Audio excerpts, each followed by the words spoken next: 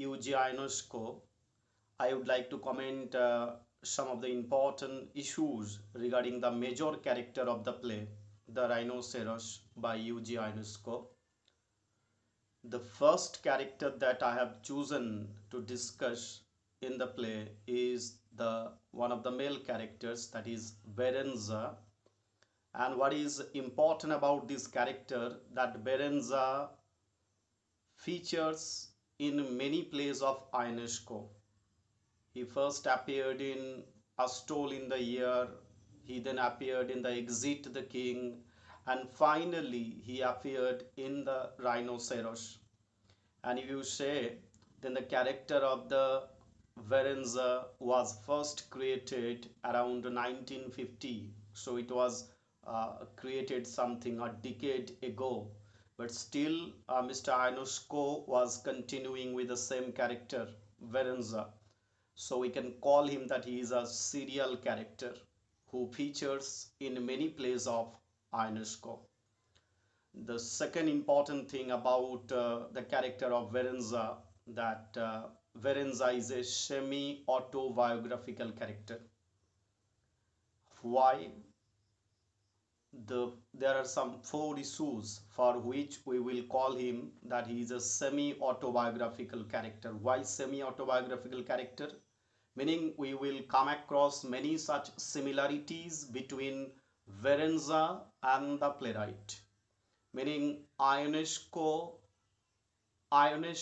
himself is a present in the spirit of the character of Verenza. The first important thing why we call him a semi-autobiographical character, because Verenza represents general condition of a modern man. So Berenza as a character, he represents the general condition of the modern man. This is the first important issue why we call him a semi-autobiographical character. And then the second important thing is that, like Berenza, Ionesco himself was having the same issue, that we live and we work, we toil, but sometimes this work, sometimes this toil appears to us meaningless. So in terms of the philosophy of life, Verenza and Ionesco are almost, they sound almost equal. So this is the second important issue. That's why we call him a semi-autobiographical character. Berenza is a semi-autobiographical character because he presents every condition, general condition of the every modern man, because he presents the philosophy of Ionesco himself, that we work, we toil. Sometimes this work, sometimes this toil appears to us meaningless, useless, futile. The third important issue of the character of Verenza, that is shallowness of personal relationship. If you look Verenza, then his relationship with Daisy, the very personal relationship, is a shallow one. He does not praise Daisy when Daisy was transforming, or she was going through the period of the transformation. So, like Verenza, Mr. Ionesco, in his personal relationship, he was very shallow, meaning not so serious in maintaining the personal relationship. So Mr. Ionesco was not serious in maintaining hygienic personal relationship, and same is the character with Verenza, that Verenza is also shallow in maintaining personal relationship. And what is the fourth important issue? That Berenza has a chronic alcoholism, and so is the case with Ionesco. So the character Berenza and the playwright Ionesco, they have semi-autobiographical resemblances between them, because both of them have chronic alcoholism and both of them use alcoholism to escape the real world, to evade the real world. The third important aspect of the character of Verenza is a transformation. His transformation is the vital. His transformation is the key. Why? When everybody in the city, they were transforming themselves into rhinoceros, the transformation of everybody was physical. But for Verenza's transformation is not physical. Verenza does not change physically like others, but he changes and transforms morally. Morally, earlier he was a very stable character and he remains morally more stable. So, moral transformation is the key when you study the character of Verenza. This is the third important issue. And another important thing that you go through in the character of Verenza, that Verenza works, but when he works, he does not discover much meaning in it. This may seem something repetition. Probably when you go through the process of the transformation of the character of Verenza, you come across the same thing. He changes morally, not physically, but he finds little meaning in his work. That is one. That is another thing. What is more about Verenza, throughout this entire play, Verenza remains lazy, meaning he makes a display of the lethargic attitude of his personality. He makes a display of lethargy of his character, meaning he does not work too much. He remains lazy fully in this play. So when you go through the character of Verenza and his transformation, consider also the thing that he was not working many things. He was just uh, he was just showing, making a display of his laziness or lethargic attitude. The last important thing when you think of his transformation, that Berenza is often lost in rumination, meaning Berenza is a very thoughtful character. If we say one thing about Berenza, meaning he speak less, work less, thinks much. This is the main important thing about the character of Verenza. So Verenza's transformation is the vital, his transformation is the moral transformation. In work, he finds no meaning, he remains lethargic fully, and he remains busy mostly in musing or in rumination. He thinks much, does little. And this is the final aspect of the character of Verenza, that the character of Verenza is an example of a sturdy personality. Sturdy personality means masculine personality, stable personality, fixed personality, static personality, meaning that the person who does not change, the person who is determined not to change. That is the final aspect of the character of Verenza. So look, when you read the character of Verenza, look what he is doing. He knows, he declares that he is someone who can who can rise above absurdity and rouse other above absurdity. Meaning Berenza is one such a character. He knows that he will rise above absurdity, and he also knows that he will arouse other, meaning he will make someone also rise, do the same thing. That is the most important character. He knows he will rise above absurdity, and he knows that he will make other exercise the same thing. That is the another important thing about the character of Verenza. The most important thing about his personality, that Berenza has the power to resist. That's why we call Berenza a sturdy personality. Why? When whole city was transforming themselves into rhinoceros, into the animal spirit, Berenza knows that he has the courage, he has the determination, he has the human spirit to resist himself in front of the massive transformation. Then come to the next issue. Berenza has the willingness to take the responsibility. He has the willingness to take the responsibility, and at the same time Berenza has the determination to survive till the end.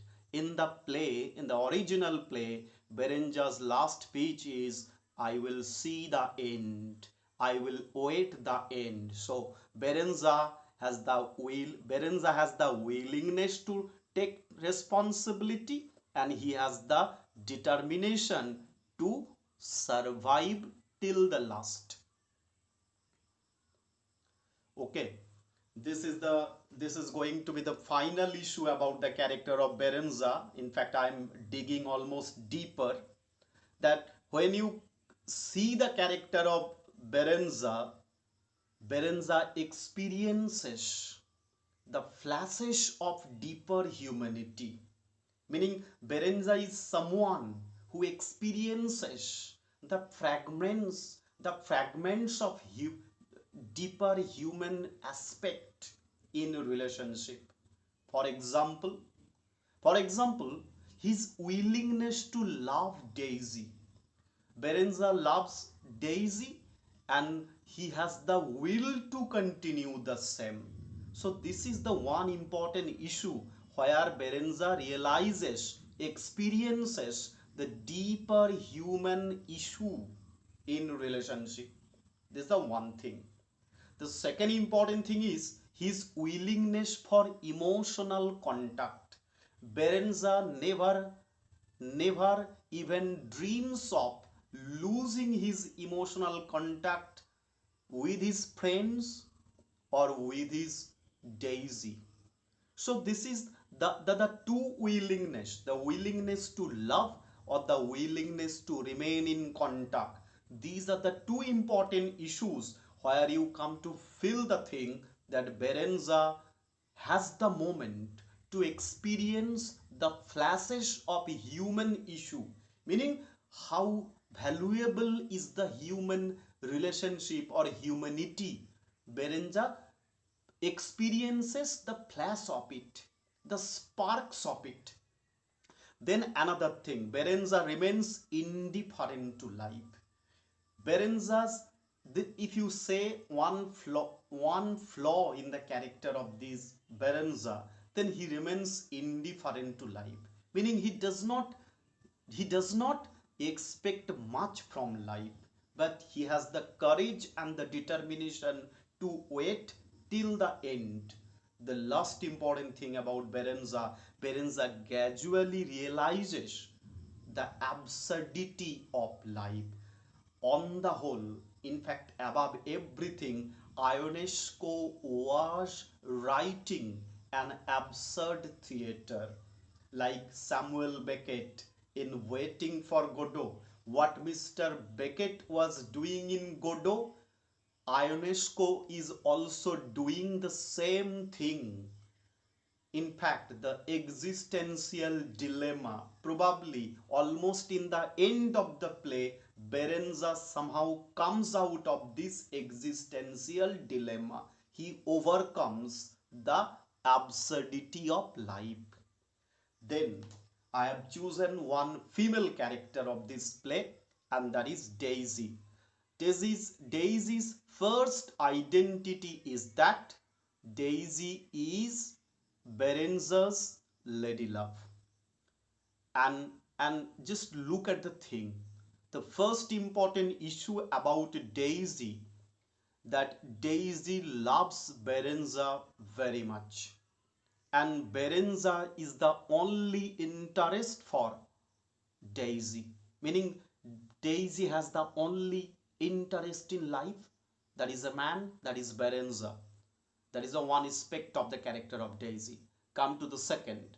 If you say Daisy, then Daisy gets motivation from the character of Berenger. So Berenger is the only interest for Daisy, and Berenger is the only motivation for Daisy. So I have already mentioned the two different aspects of the character of Daisy. Then come to the third important issue, the third bullet. Daisy accepts the presence of the rhinoceros. Okay, when the city was acquired by the rhinoceros, unlike Berenger resist the transformation, but Daisy willingly accepts the presence of the rhinoceros. So this is where you get the contrasting picture between Berenger and Daisy. One has the determination to resist, Berenger has the determination to resist, what Daisy does not have. Then another thing, Daisy cannot convince Berenger to the presence of rhinoceros. This is Daisy's inability. The city was populated, the city was crowded by rhinoceros. The city was invaded by rhinoceros. People were transforming themselves into rhinoceros. Daisy believes it, but Daisy fails to convince Berenger to believe the same. This is Daisy's failure. So I have mentioned Daisy's interest, Daisy's motivation, Daisy's acceptance, and Daisy's failure. Daisy fails to convince Berenger about the presence of rhinoceros. And then Daisy has a little determination to resist herself from the power and the beauty of the rhinoceros. Look, rhinoceros may have a kind of a natural animal beauty. Rhinoceros may have natural animal beauty and power. Berenger resists it. Berenger resists it, but Daisy cannot resist the same. Daisy was fully impressed by the power and the beauty of the rhinoceros. Power and the beauty of the rhinoceros. And Daisy believes in the greatness but cannot rise above the same. Unlike the character of Berenger, Daisy believes in greatness. He knows that what is greatness, but Daisy lacks the courage to rise above greatness, what you abundantly get in the character of Berenger. Then I have chosen some animal character, that the character of the rhinoceros. So the first important issue about the rhinoceros is that they are not the human characters. This is the most important thing. Berenger is a human character, is a man character. Daisy is a woman character. But rhinoceroses are neither men nor women. They are not at all human characters. Okay. And the another important thing is that they never appear on the stage. The rhinoceros are simply narrated on the, they are present in the discourse of the people. The rhinoceros, they are present in the speech of the people, in the discourse of the people, in the narrative of the people. Dinosaurs are not physically presented on the stage. That is another aspect of these characters. The rhinoceros also symbolize one thing, that is the collective presence. Rhinoceros, in fact, if you just count the number of the human character and count the number of the animal character, then the rhinoceros, they exceed.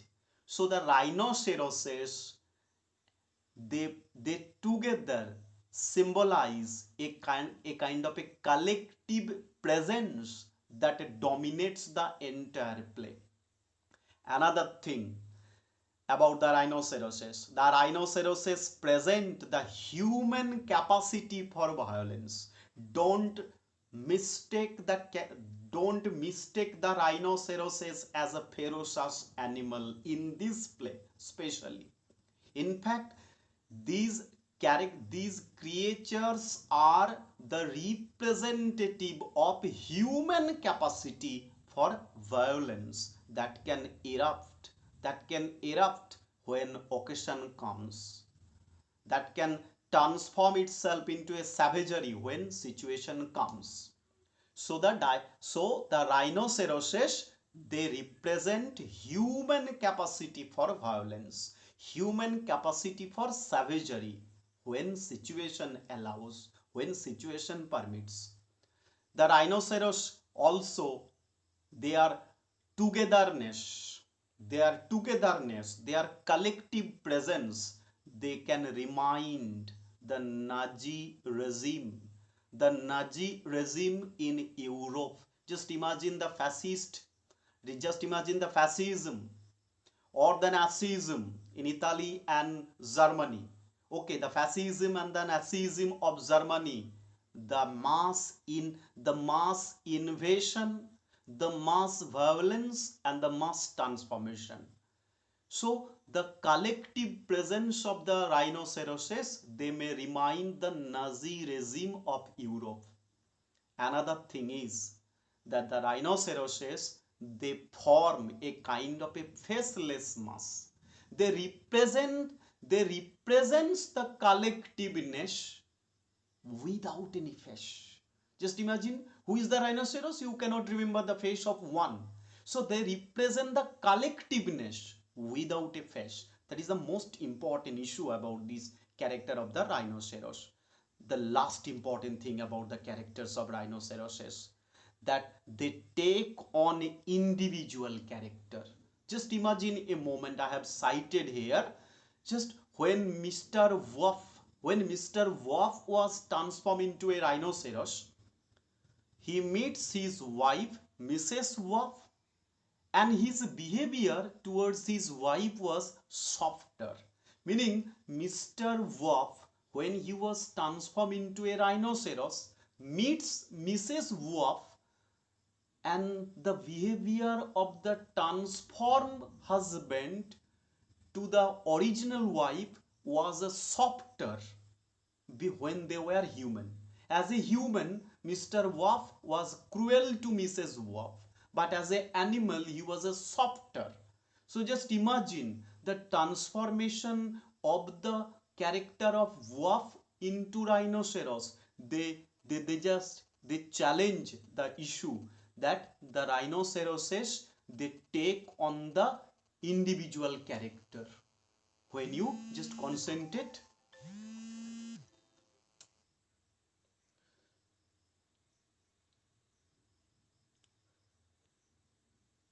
when you concentrate at them as an individual character, and then Ionesco has the rhinos become more beautiful than the human themselves. Or if you say Ionesco, then in this particular play, the rhinoceros, they have become more attractive and more beautiful creature than the human themselves. Think of Berenger, think of Daisy, think of Botter, think of John, think of Jean. If you concentrate any human character, the faceless presence, the faceless mass presence of the rhinoceroses are really beautiful than the human character themselves. Okay, thank you for watching.